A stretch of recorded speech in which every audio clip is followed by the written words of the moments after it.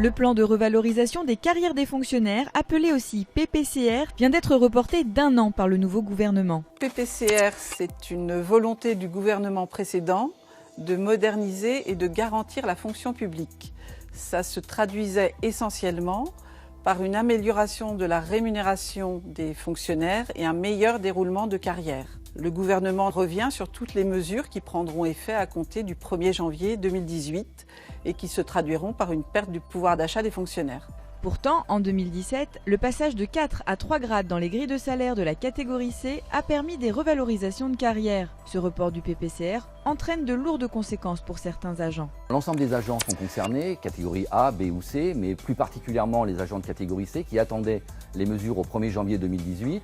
Certains vont même être obligés de reporter leur date de départ en retraite.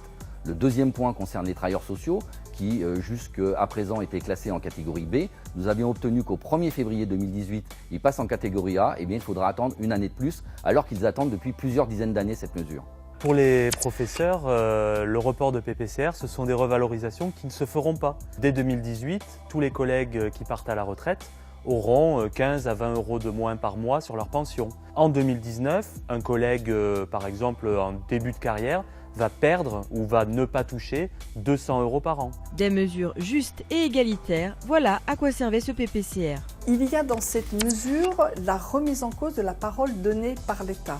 Et au final, nous voyons surtout une mesure emblématique de la part du gouvernement d'Emmanuel Macron, veuillant quelque part régler ses comptes avec le précédent gouvernement, mais cumulé à d'autres mesures.